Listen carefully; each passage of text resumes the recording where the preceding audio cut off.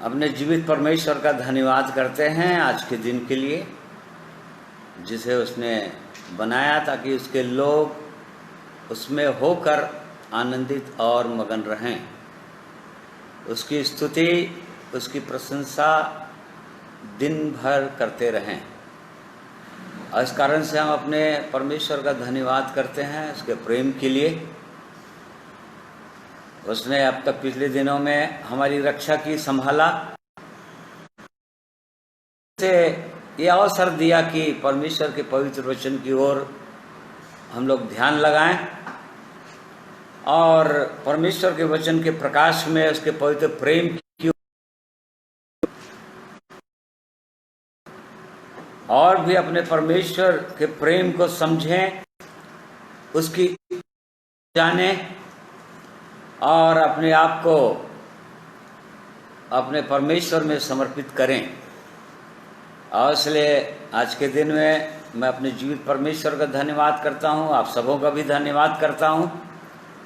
आप मेरे साथ जो जुड़ रहे हैं, परमेश्वर हम में से हर एक को आशीषित करें।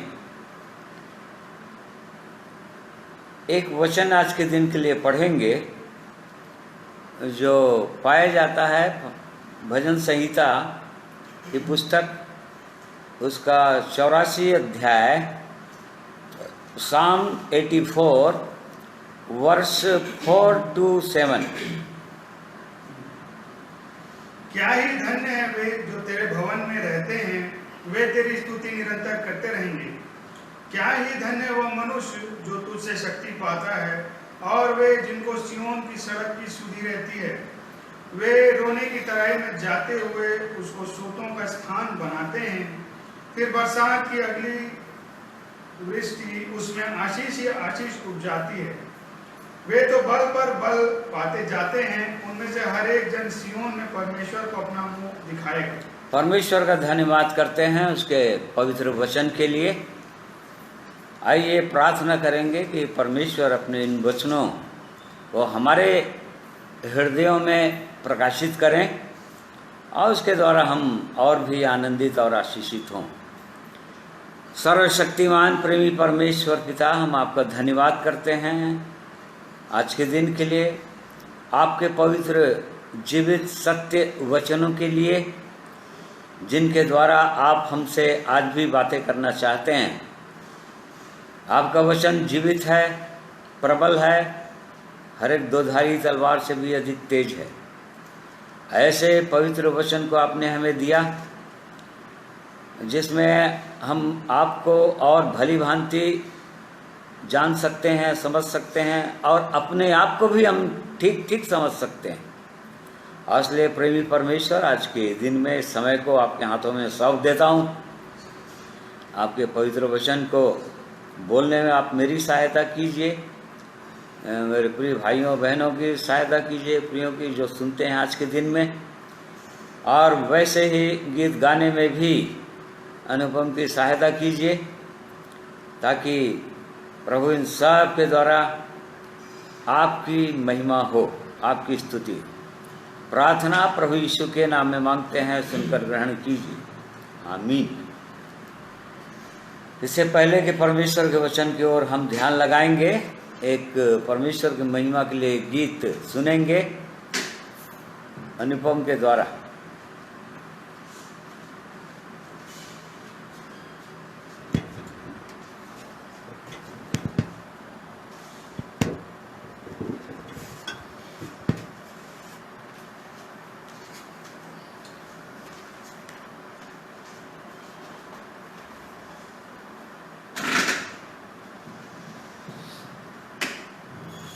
आप सबों को जय मसीह की।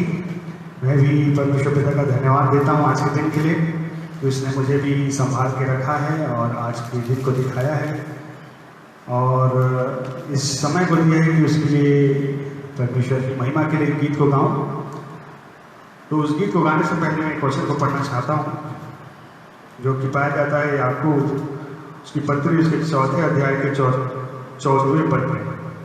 मैं 13 से पढ़ता हूँ। तुम जो ये कहते हो आज या कल हम किसी और नगर में जाकर वहाँ एक वर्ष बिताएंगे और व्यापार करके लाभ कमाएंगे और यह नहीं जानते कि कल क्या होगा। सुन तो लो, तुम्हारा जीवन है ही क्या? तुम तो भाप के समान हो जो थोड़ी देर दिखाई देती है फिर लोप हो जाती है। उसी प्रकार से पहला पत्रस उसके पहले अध्याय के 24 पद में कुछ इस प्रकार लिखा हुआ है, क्योंकि हर एक प्राणी घास के समान है, उसकी शोभा, उसकी सारी शोभा घास के फूल के समान है। घास सूख जाती है और फूल झड़ जाता है। मेरे प्रियो, बाइबल पवित्र शास्त्र में हम पढ़ते हैं कि मनुष्य का जीवन बहुत ही क्षणिक है, बहुत ही थोड़े समय का जीवन है और परमेश्वर हमसे यही चाहता है कि इस थोड़े समय के जीवन में हम अपनी पूरी दृष्टि उस परमेश्वर की ओर लगाएं और अपना पूरा ध्यान उस परमेश्वर की ओर लगाएं और उसके पीछे चले। ही परमेश्वर की इच्छा है हमें हर एक के लिए। तो इसी उपलक्ष्य में इस गीत को गाना चाहूँगा, तो आइए इस गीत को सुनते हैं।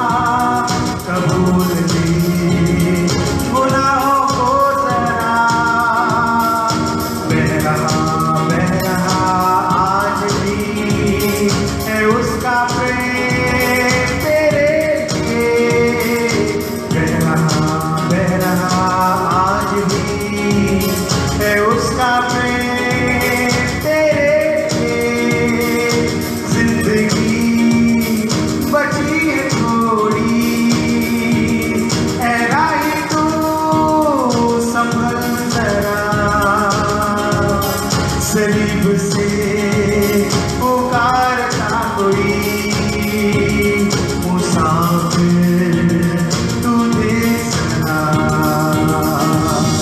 जिंदगी बची है थोड़ी, राही तू संभल जरा। सलीब से पुकारता कोई मुसाफिर तू देख जरा। जिंदगी बची है थोड़ी, जिंदगी बची है थोड़ी, जिंदगी बची है थोड़ी। परमेश्वर पिता का धन्यवाद करता हूँ उस गीत के द्वारा।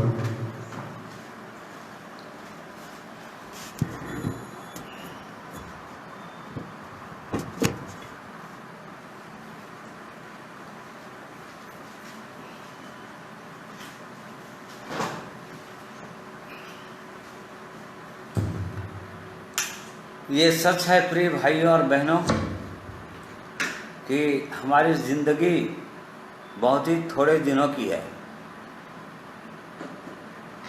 राजा दाऊद परमेश्वर से प्रार्थना कर रहे थे भजन 39 में, साम 39 में, हे परमेश्वर मुझको बता दे कि मेरी आयु के दिन और कितने हैं, ताकि मैं जान सकूं अपने जीवन के विषय में कि मैं कितना अनित्य हूं, मेरे जीवन में क्या बुराइयां हैं, मेरे जीवन में क्या अपराध हैं। मेरे जीवन तो बिल्कुल थोड़े दिनों की है, एक बीता सा है जो छाया सा ढल जाता है। आज मनुष्य का जीवन ऐसे ही है। प्रिय भाइयों और बहनों, हम थोड़े दिनों के लिए आए हुए हैं। परमेश्वर का धन्यवाद करते हैं कि एक बार इस शरीर में परमेश्वर ने जीवन दिया ताकि अपने जीवित परमेश्वर को हम जानें, उसकी महिमा करें और उसको अपने जीवन के द्वारा प्रकट करें। उस सच्चे परमेश्वर को जो संसार का चलाने वाला है, सारी दुनिया के जगत का सृष्टि करता है, वो परमेश्वर ने हमको ये जीवन दिया है। क्या हम भी अपने जीवन के प्रति उतने ही चौकन्ने हैं? दूसरा जगह भजन 90 का 12 पद में साम 90:12 में वहाँ पर परमेश्वर का भक्त की प्रार्थना है, परमेश्वर मुझको दिन गिनने की समझ दीजिए ताकि मैं बुद्धिमान हो जाऊं। परमेश्वर एक एक दिन को हमारे जीवन में अब तक जोड़ते आए हैं और आज का दिन भी परमेश्वर ने इसीलिए दिया ताकि हम परमेश्वर की ओर दृष्टि उठाएं और परमेश्वर से सीखें, परमेश्वर की बुद्धि को प्राप्त करें, परमेश्वर की समझ को प्राप्त करें। ये परमेश्वर की सिद्ध इच्छा है सारे मनुष्य जाति के लिए और विशेषकर जो लोग उसके चरणों में आ चुके हैं उनके लिए। और इस कारण से परमेश्वर हम में से हर एक की सहायता करे ताकि हम भी बिल्कुल वैसे ही प्रार्थना करें और जो जीवन दिया है परमेश्वर ने हमें, अभी सांसें चल रही है, उसको व्यर्थ ना करने पाएं।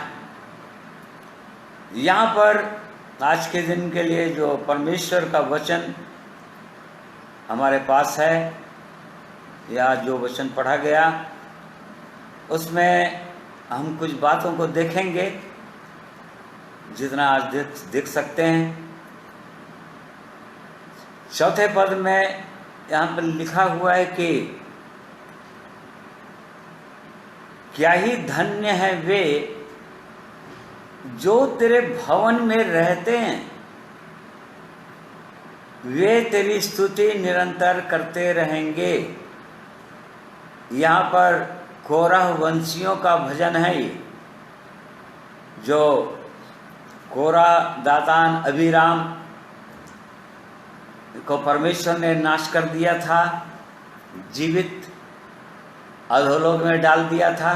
कोरह और उसके वंश को, दातान, अबीराम, उनके सारे तंबुओं को उजाड़ दिया था, परिवार को पूरा नाश कर दिया था। परंतु उनमें से कुछ लोग जो बच गए थे, उनके संतान बच गए थे। इसी के 10 पद में साम 84:10 में लिखा हुआ है, क्योंकि तेरे आंगनों में का एक दिन और कहीं के 1000 दिन से उत्तम है।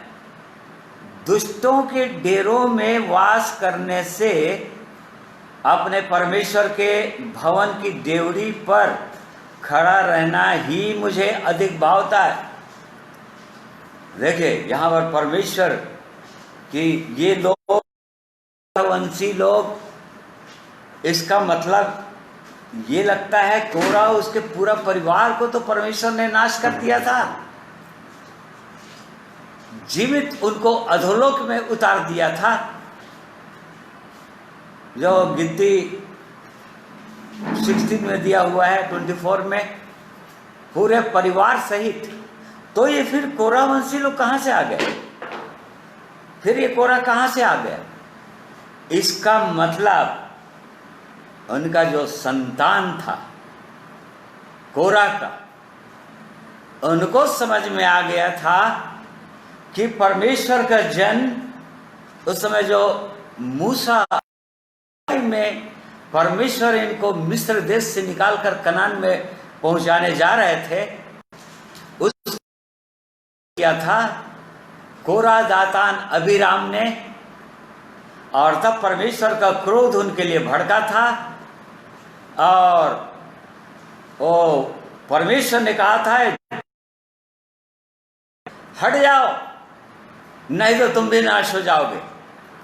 यहाँ पर हम देख रहे हैं कि कोरह के पुत्र यहाँ पर गीत गा रहे हैं, भजन गा रहे हैं और परमेश्वर की भवन की महिमा कर रहे हैं। इसका मतलब उसके पुत्र लोग, कुछ पुत्र लोग निश्चित रूप से अपने पिता की बात नहीं माने और अपने पिता को वहां पर उन्होंने विरोध किया। परमेश्वर के साथ रहेंगे, परमेश्वर के दास के हम साथ रहेंगे। इसी कारण से उन्होंने स्वीकार किया अपने पिता, उनके सारे खानदान के विषय में कि दुष्टों के डेरों में हम वास नहीं करेंगे, हम दुष्टों से अलग हो जाएंगे। ये वे लोग थे और इसी कारण से अलग परमेश्वर के भवन की आज स्तुति कर पा रहे हैं। यहाँ पर भजन में वो लोग परमेश्वर के लोग होकर वहाँ पर नाचने थे, आगे बढ़ गए थे और उनके जीवन में बड़ा अनुग्रह हुआ था कि परमेश्वर की स्तुति वो लोग लगातार कर रहे थे। और हमारा विश्वास है कि स्वर्ग में भी उनको हम स्तुति करते हुए देखेंगे, जिनको ये अनुग्रह होगा कि वो स्वर्ग जाएं, परमेश्वर के पास अनंत काल के लिए समय व्यतीत करें। तो यहाँ पर ये सुंदर उनका भजन है और इसी कारण से इस बात को लोग समझ गए हैं कि क्या ही धन्य है वे में रहते हैं, दुष्टों के डेरों में नहीं रहते वे लोग।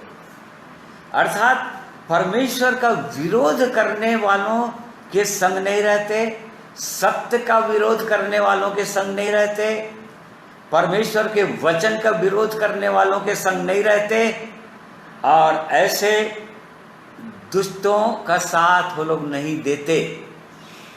उनके विषय में इस बात को लोग जान गए हैं कि वो लोग धन्य लोग हैं जो तेरे भवन में रहते हैं।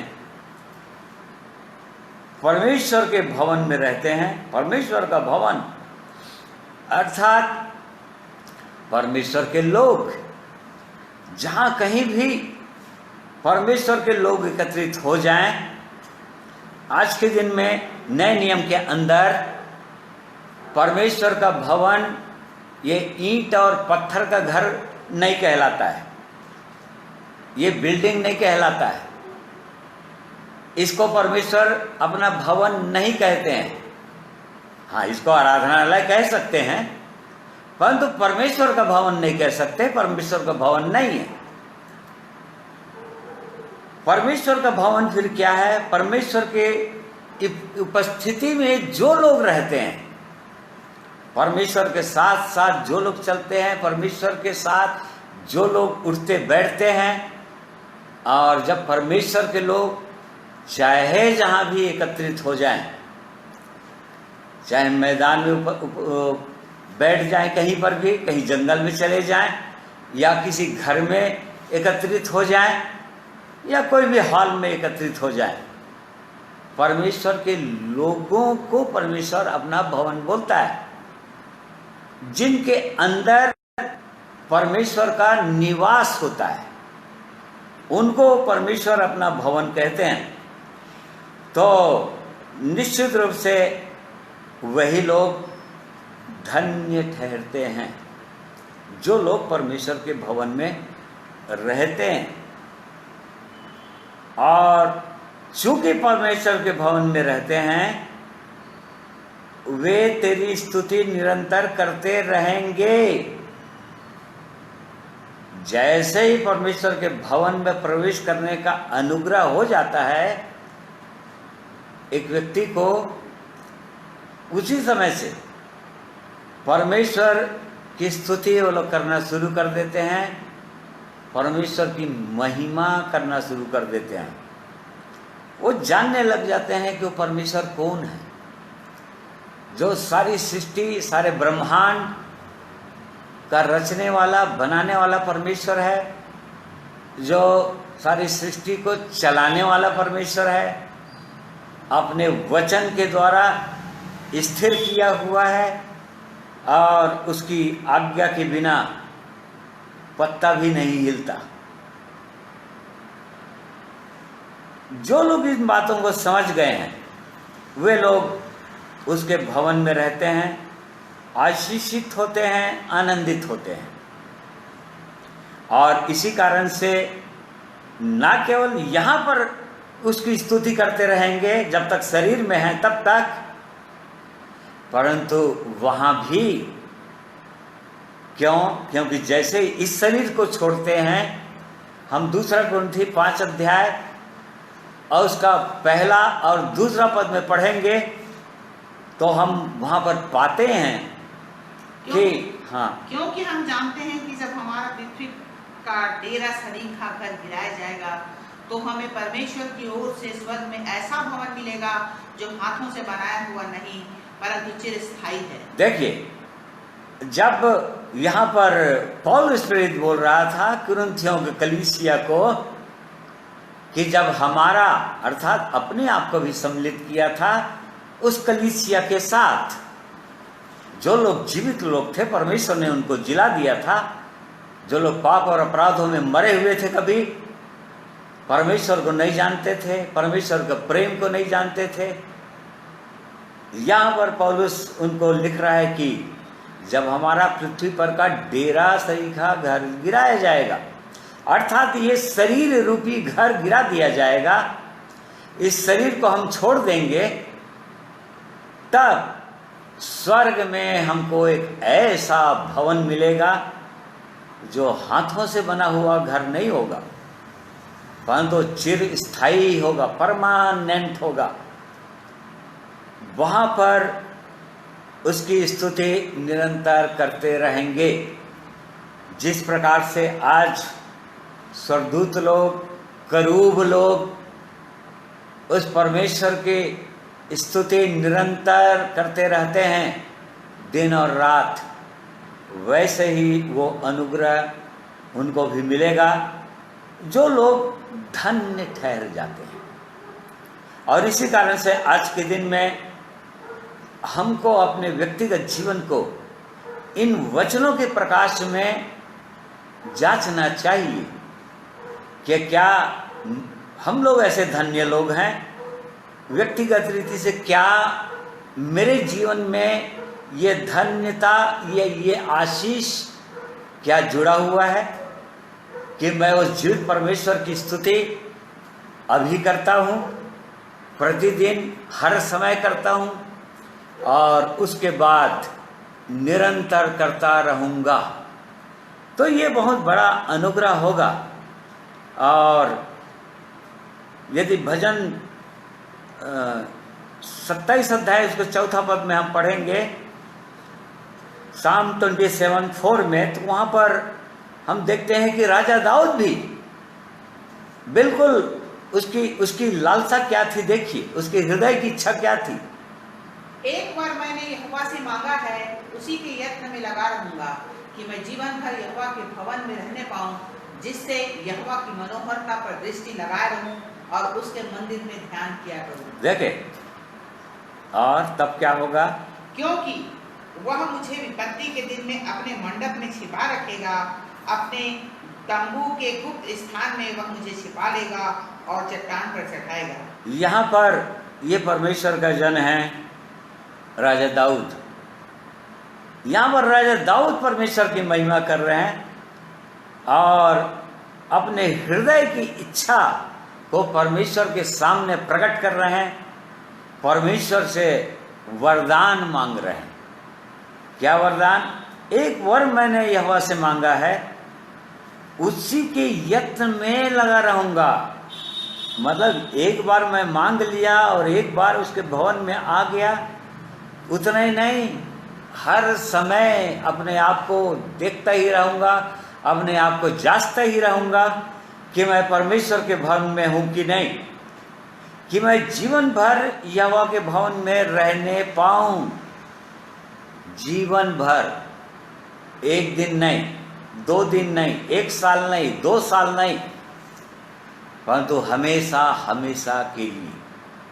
जब तक इस संसार में शरीर में होकर चलते फिरते हैं, जब तक सांसें चलती है, तब तक ये परमेश्वर के जन के ये लालसा है, ये प्रार्थना है परमेश्वर से। हमारी क्या प्रार्थना है? आज बहुत सारे लोग परमेश्वर के भवन में आते हैं, आ जाते हैं, चुनकर आ जाते हैं, परमेश्वर के समीप आ जाते हैं, ये अनुग्रह हो जाता है, परंतु चूंकि ऐसी प्रार्थना, ऐसी लालसा नहीं रखते हैं कि परमेश्वर के भवन में हम निरंतर रहें, अर्थात परमेश्वर की उपस्थिति में, परमेश्वर के लोगों के साथ। परमेश्वर ने बार बार कहा किनके साथ हमको संगति करना चाहिए। परमेश्वर ने कहा अपने वचनों में, दीनों के साथ संगति करो, बुद्धिमानों के साथ संगति करो, पवित्रों के साथ संगति करो। जब ऐसे लोग एकत्रित हो जाते हैं कहीं भी, तो वो परमेश्वर का भवन कहलाता है और उनके बीच में परमेश्वर की स्तुति होती है और परमेश्वर उनकी प्रार्थनाओं को, उनकी स्तुति को ग्रहण करते हैं, अन्यथा नहीं। यहाँ पर परमेश्वर का जन यही प्रार्थना कर रहे हैं, यही उनकी लालसा है कि मैं परमेश्वर के भवन में रहूं जीवन भर, और जिससे मैं यहोवा की मनोहरता पर दृष्टि लगाए रहूं। तब परमेश्वर की मनोहरता अर्थात परमेश्वर का सुंदर जीवन, उसका दर्शन पाऊं, उसकी इच्छा को जानूं, एक साथ मिलकर बढ़ूं, ये उसकी अद्भुत लालसा है। और यही लालसा हम सबों की होनी चाहिए। हमको अपने जीवन को जांचने की आवश्यकता है कि क्या मेरी भी यही लालसा है, क्या हमारी भी यही लालसा है कि जीवन भर परमेश्वर के भवन में हम भी रहना चाहते हैं, परमेश्वर की उपस्थिति में रहना चाहते हैं, परमेश्वर के लोगों के साथ रहना चाहते हैं। जैसा कि हमने देखा कोरा वंशियों के विषय में उनके पुत्रों की गवाही वो भजन के रूप में हमने पढ़ा, भजन 84 में। वो अपने ही परिवार, अपने ही पिता के घर और के खानदान पूरे लोग दुष्टों को के डेरों में रहना उनको नहीं भाया, परंतु परमेश्वर के भवन के डेवड़ी में रहना उनको भाया, ताकि वो परमेश्वर की स्तुति कर सके, नाश न हो उन ऐसे दुष्टों के साथ मिलकर हमेशा के लिए, अधोलोक का कौर ना हो जाए। यहाँ पर हम देख रहे हैं कि राजा दाऊद की भी यही लालसा है। अब क्या हमारी भी लालसा है, मेरी भी लालसा है? क्या हमारी भी यही प्रार्थना है? बहुत से लोग कट जाते हैं प्रिय भाइयों और बहनों, भवन से कट जाते हैं। ये परमेश्वर का अनुग्रह होता है कि वो चुनकर अपने समीप आने देता है।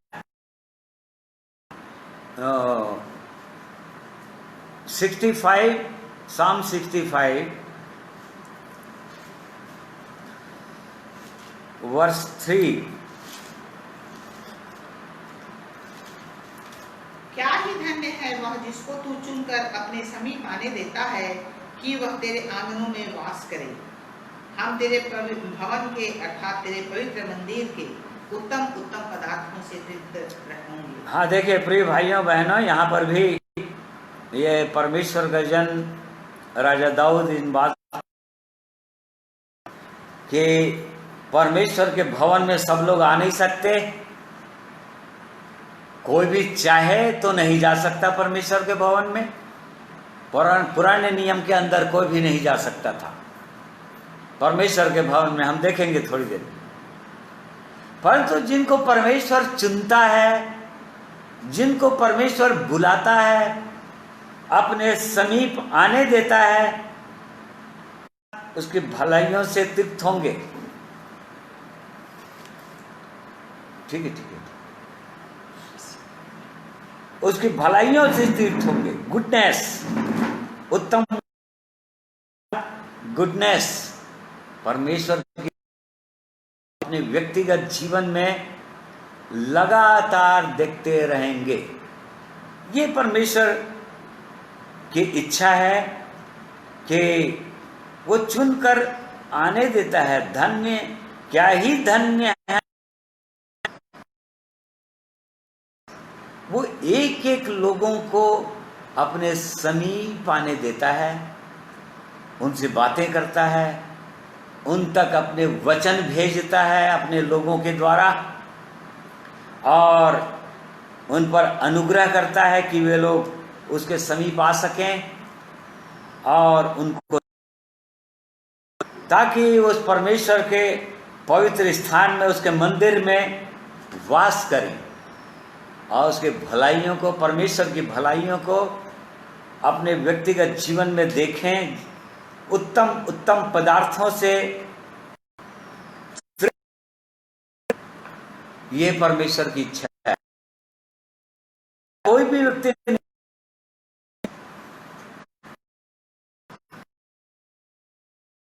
Psalm 36 भजन संहिता 36 अध्याय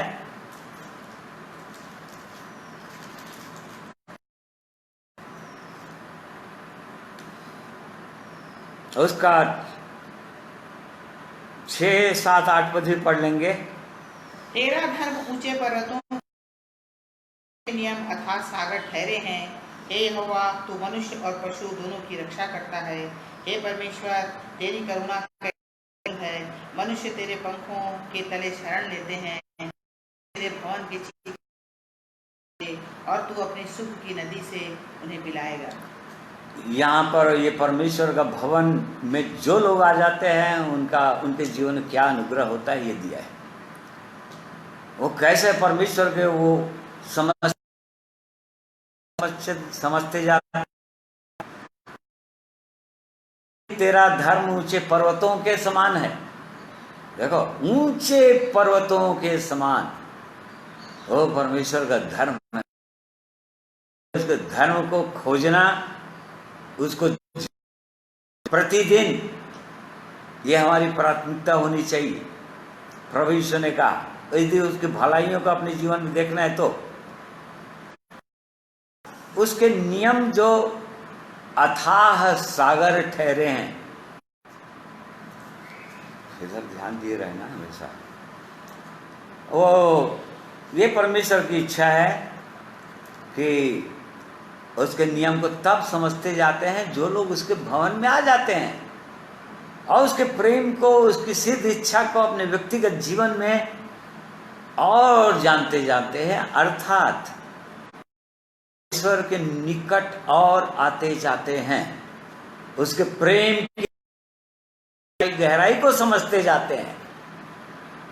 जो लोग उसके भवन में आ जाते हैं और तब फिर वो आनंद से उनको भर देता है। वो परमेश्वर ऐसा परमेश्वर है। इसी कारण से हम उस परमेश्वर का अद्भुत प्रेम को जानना है और उसको समझना है। यदि हमको जांचना चाहिए कि हम क्या उसके भवन में हैं कि नहीं हैं, या उसके भवन से कटे हुए हैं। इन सब चीज़ों को जांचने की आवश्यकता है। पुराने नियम के अंदर 2 शमूएल उसका 5 अध्याय उसका 8वां पद पढ़ते हैं। 2 शमूएल 5:8 यहाँ पर इस प्रकार से लिखा हुआ है। उस दिन दाऊद ने कहा, जो कोई यबूसियों को मारना चाहे उसे चाहिए कि नाले से होकर चढ़े और अंधे और लंगड़े जिनसे दाऊद घिन करता है उन्हें मारे। इससे यह कहावत चली कि अंधे और लंगड़े भवन में आने ना पाएंगे। देखिए, परमेश्वर के भवन में अंधे और लंगड़े कभी भी नहीं आ सकते थे। अंधों के लिए वहां पर जगह नहीं था, क्योंकि वो लोग देख नहीं सकते थे परमेश्वर को। कैसे देखेंगे वो लोग?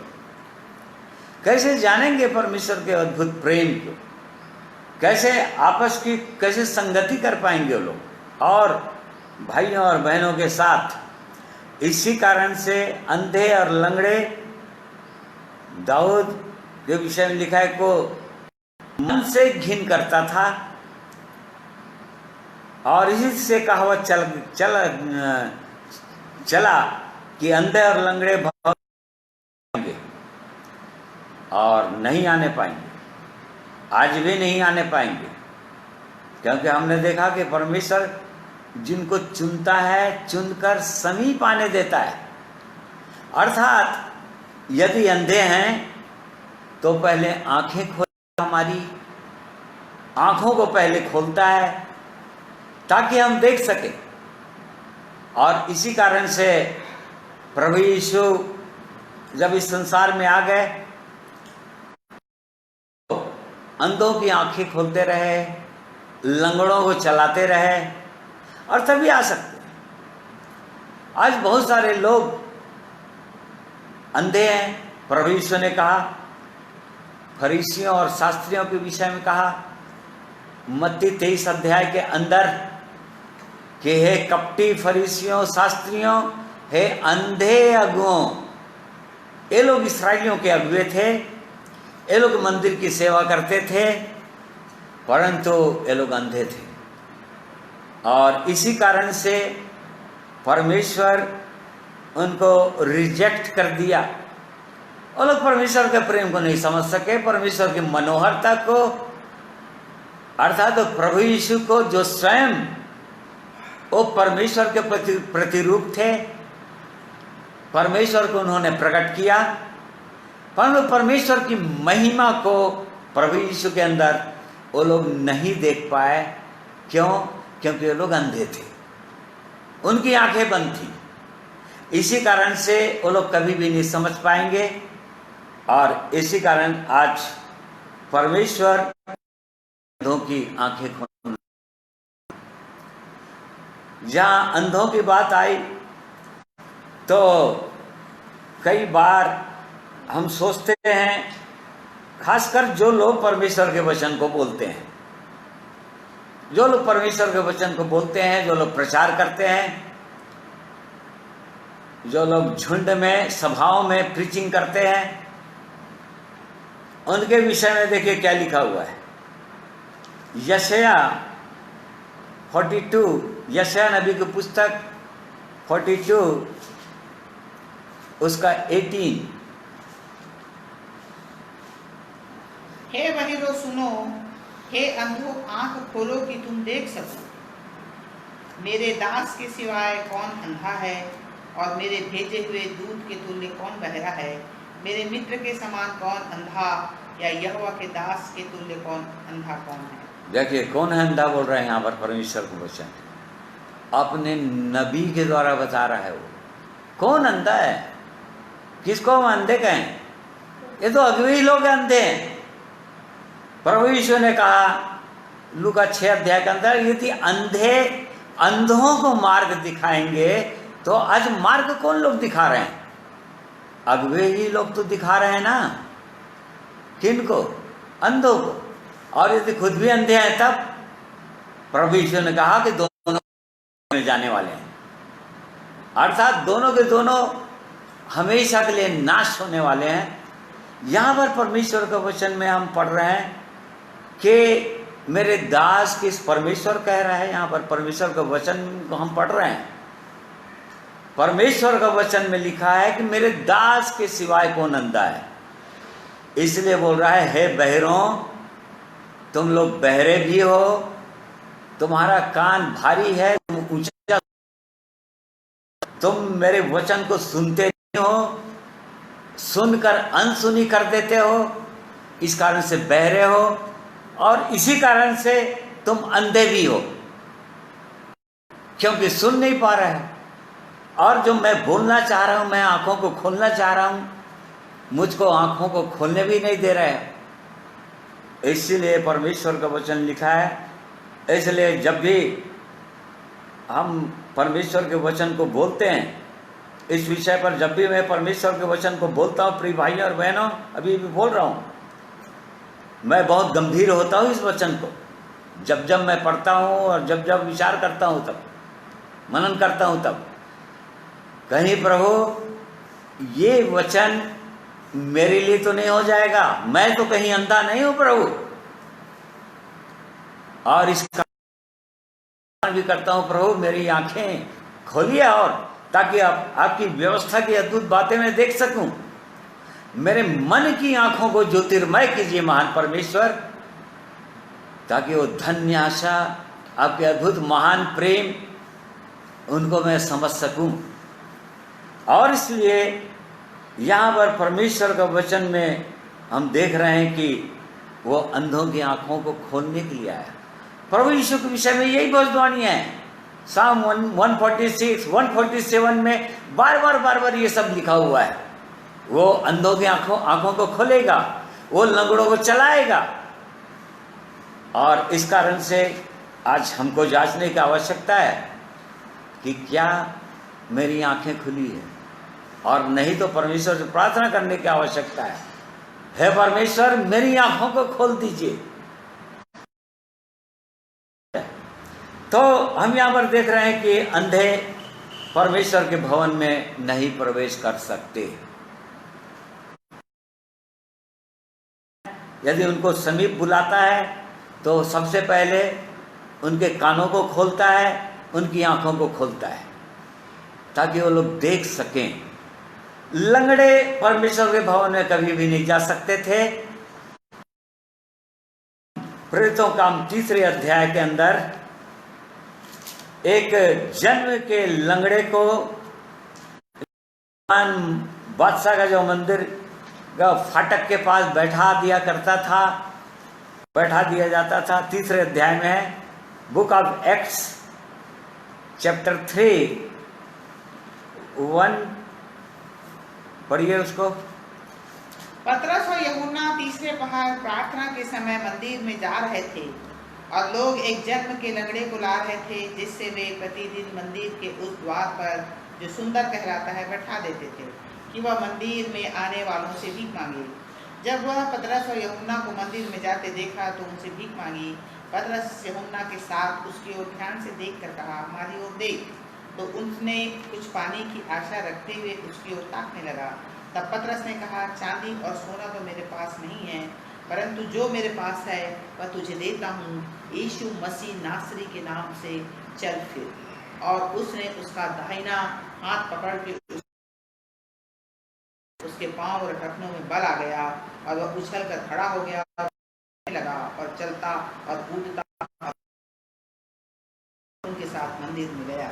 हाँ, देखिए यहाँ पर एक लंगड़ा जो 40 साल का हो चुका था, परंतु परमेश्वर के मंदिर में, परमेश्वर के भवन में नहीं जा पाता था, क्योंकि लंगड़ा था वो।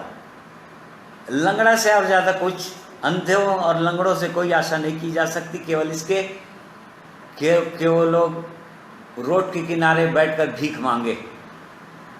वो अंधे लोगों के विषय में लिखा है कि वो लोग भीख मांगते हैं, लंगड़ों के विषय में लिखा है कि भीख मांगते हैं।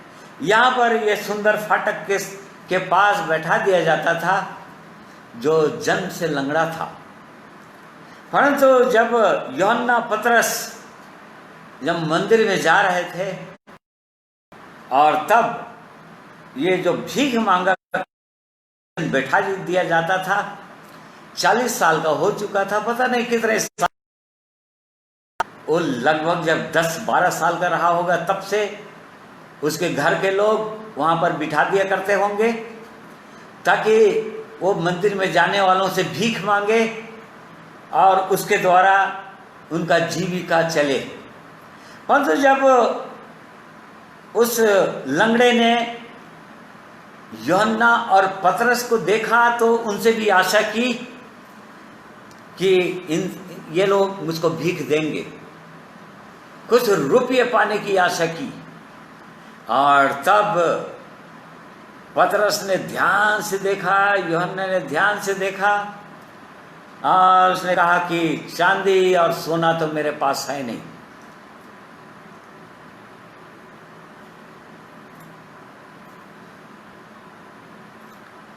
परंतु जो मेरे पास है उसे मैं देता हूं।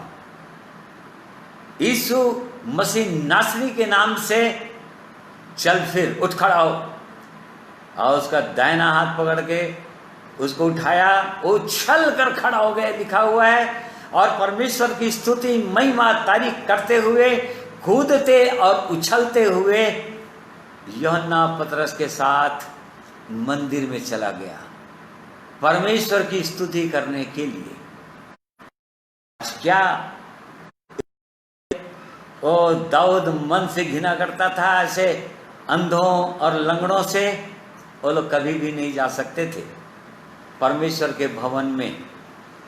आज हमारी क्या दशा है? कहीं हम ऐसे लंगड़े तो नहीं हैं कि परमेश्वर के काम के लिए क्या हम चल ही नहीं सकते, आगे बढ़ ही नहीं सकते, परमेश्वर की महिमा कर ही नहीं सकते, परमेश्वर की स्तुति नहीं कर सकते? इसने कभी भी परमेश्वर की स्तुति किया नहीं होगा, क्योंकि परमेश्वर की स्तुति वो कैसे करता हो? वो तो जन्म से लंगड़ा है, वो केवल भीख मांगना सीखा था और केवल भीख मांगता था, जिससे उसकी और उसके घर के लोगों की जीविका चलती होगी। तो प्रिय भाइयों और बहनों, हम देख रहे हैं कि अंधे और लंगड़े परमेश्वर के भवन में नहीं जा सकते थे जब तक परमेश्वर ऐसे अंधों की आंखें ना खोले, ऐसे लंगड़ों के पांव को ठीक ना करे यीशु नासरी के नाम से। और जब ऐसा लोग चंगे हो जाते हैं, कूदते हुए, प्रकार से एक राजा के विषय में लिखा हुआ है, और जो दूसरा इतिहास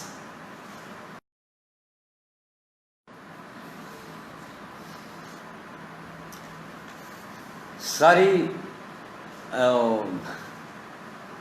ये इंटरनेट थोड़ा गड़बड़ा गया था और उसके कारण से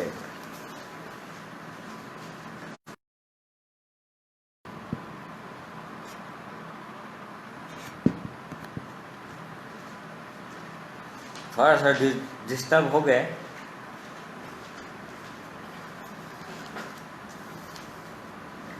यहाँ पर हम लोग देख रहे थे कि राजा उज्जिया परमेश्वर के भवन से कट गया था, परमेश्वर के भवन में नहीं जा पाता था, कोढ़ ही था। लोग भी परमेश्वर के भवन में नहीं जा सकते थे।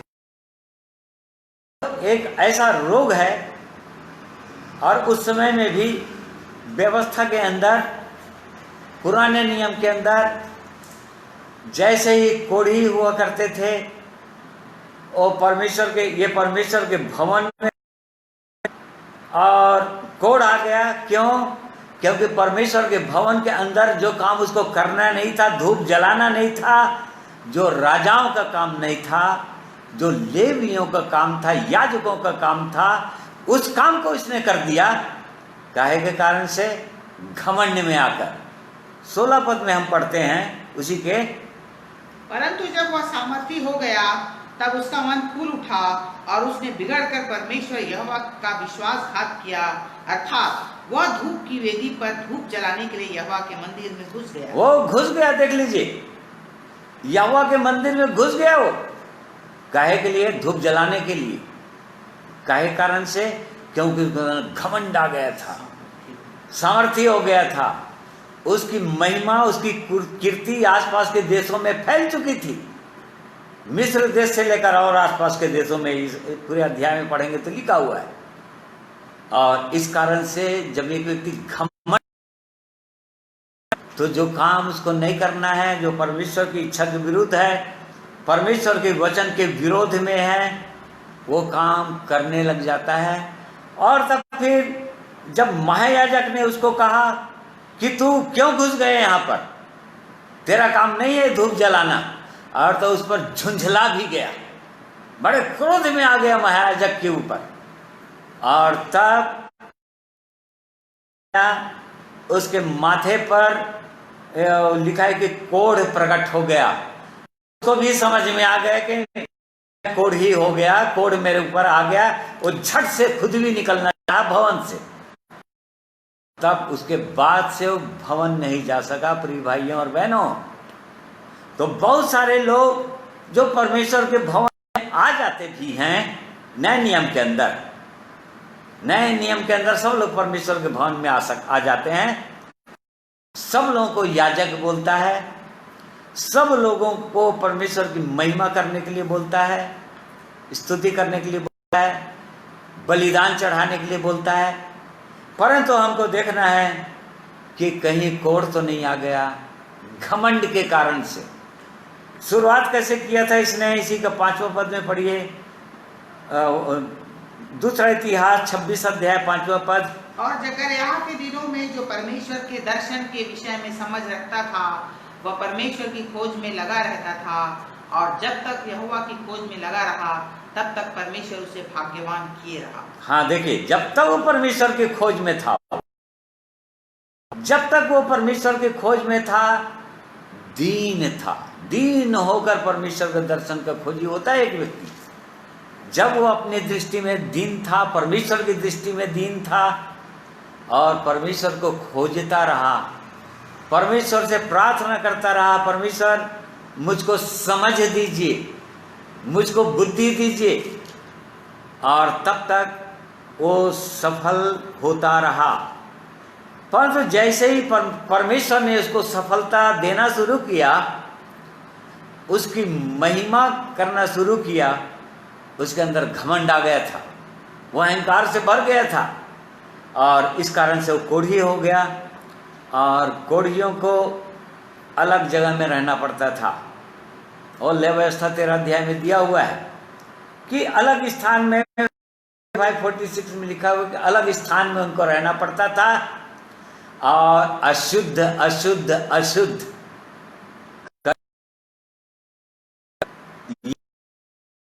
जीवन भर नहीं आ सकता। परमेश्वर के भवन में नए नियम के अंदर आ जाते हैं, परंतु उसके बाद कई बार उनके अंदर घमंड आ जाता है, और जो काम परमेश्वर की दृष्टि में बुरा है, फिर दीन होना निश्चित, फिर वो उनके अंदर लालच आ जाता है, उसके बाद अन्य पाप आ जाते हैं, और इस प्रकार से इस वचन के अनुसार वो कोढ़ आ जाता है, पाप रूपी कोढ़। अंदर ये पाप रूपी कोढ़, आत्मिक अंधा, आत्मिक रीति से लंगड़ा ऐसा हो जाते हैं। तो यहाँ पर वो लोग एक वचन और देखेंगे इससे संबंधित, कौन लोग परमेश्वर के भवन में नहीं जा सकते थे। यह हिजकिय्याह नबी की पुस्तक, उसका 44 अध्याय, बुक ऑफ इज़ेकियेल 44 वर्स 9।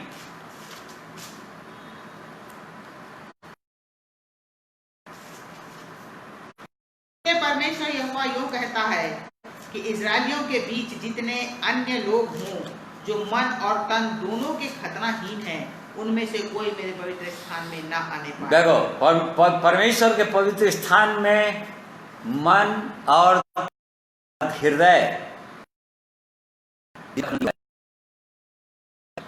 शरीर के खतना नहीं हुआ है, अर्थात शारीरिक देह उतारी नहीं गई है क्रूस पर। अपना सेल्फ चढ़ाएं, अपने व्यक्तिगत जीवन को नहीं चढ़ाएं। जिनका हृदय घमंड से भरा हुआ है और घमंड को उतारे नहीं है, नहीं हुआ है, ऐसे लोग भी परमेश्वर के भवन में नहीं थे। और इसलिए हमको बहुत गंभीरता के साथ देखना पड़ेगा प्रिय भाइयों और बहनों, जब हम ओ बुद्धिमान सुलेमान बादशाह देखिए क्या बोल रहे थे। सबोपदेशक की पुस्तक, बुक ऑफ वर्स 2,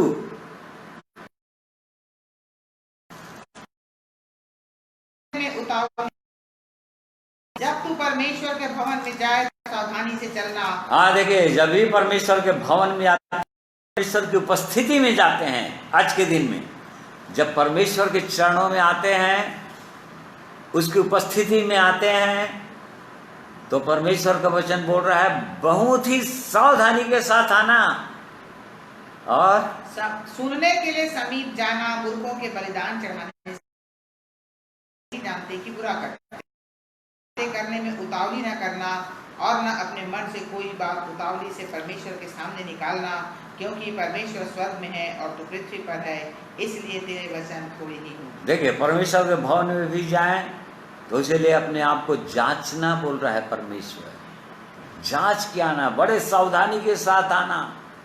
हे परमेश्वर, आपकी उपस्थिति में मैं जा रहा हूँ, मेरा जीवन कैसा है, कहीं मेरे जीवन में कोई ऐसी बातें तो नहीं है जिस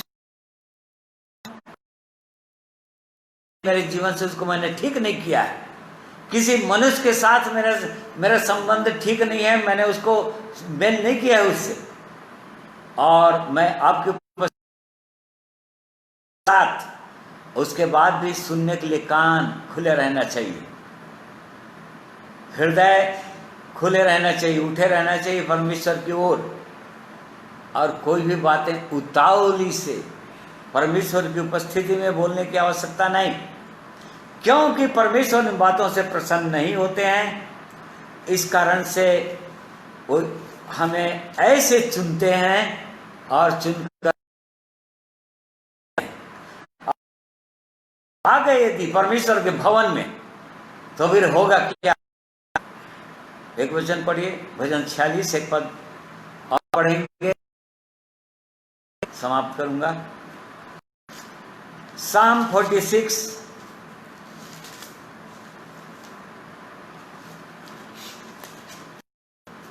एक पद से। परमेश्वर हमारा शरण स्थान और बल है, संकट में अति सहज से मिलने वाला सहायक। इस कारण हमको कोई भय नहीं, चाहे पृथ्वी उलट जाए और पहाड़ समुद्र के बीच में डाल दिए जाएं, चाहे समुद्र गरजे और फेन उठाए और पहाड़ उसकी बाढ़ से कांप उठे। एक नदी है जिसकी नहरों से परमेश्वर के नगर में अर्थात परम प्रधान के पवित्र निवास स्थान में के निवास भवन में आनंद होता है। हाँ, परमेश्वर उस नगर के बीच में है, वह कभी टलने का नहीं। पाँव फटते ही परमेश्वर उसकी सहायता करता है। हाँ, देखिए, जो लोग परमेश्वर के भवन में हैं या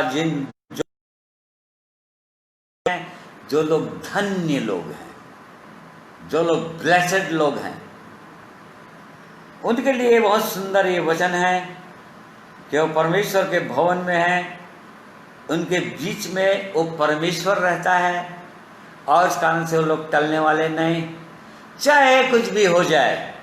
जैसा कि एक वचन से हम आगे बढ़ते हैं 3 पद तक कि वो हमारा शरण स्थान है, संकट से मिलने वाला सहायक परमेश्वर।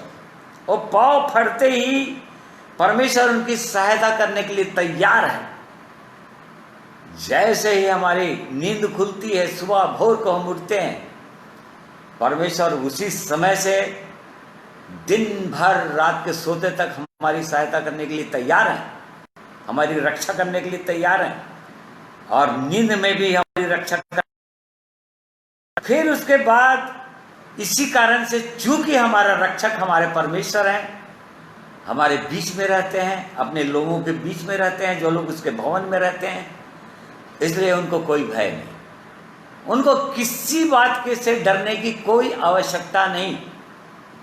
चाहे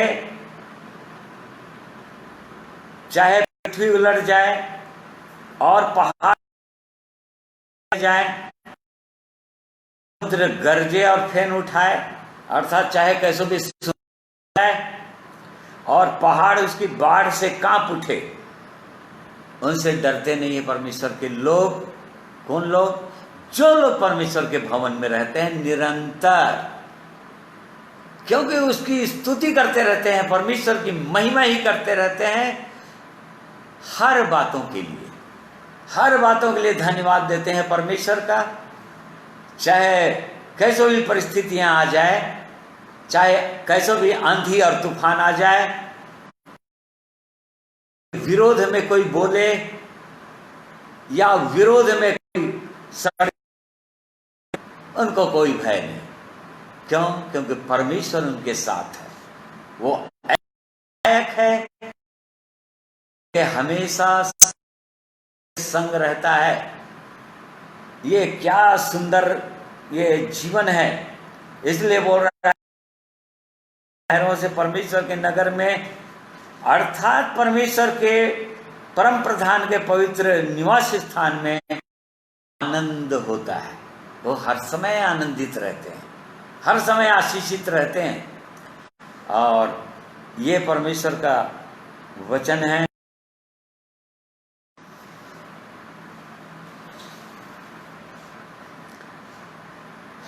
फिर बाधा उत्पन्न हुआ,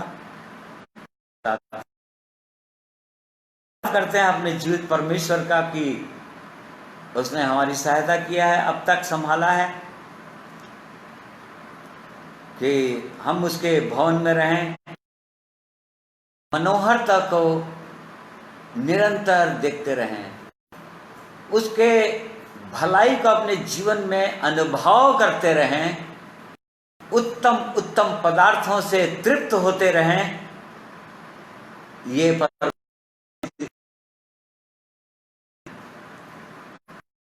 मैं धन्यवाद करता हूं। आज के दिन में भी परमेश्वर ने हमारी सहायता की।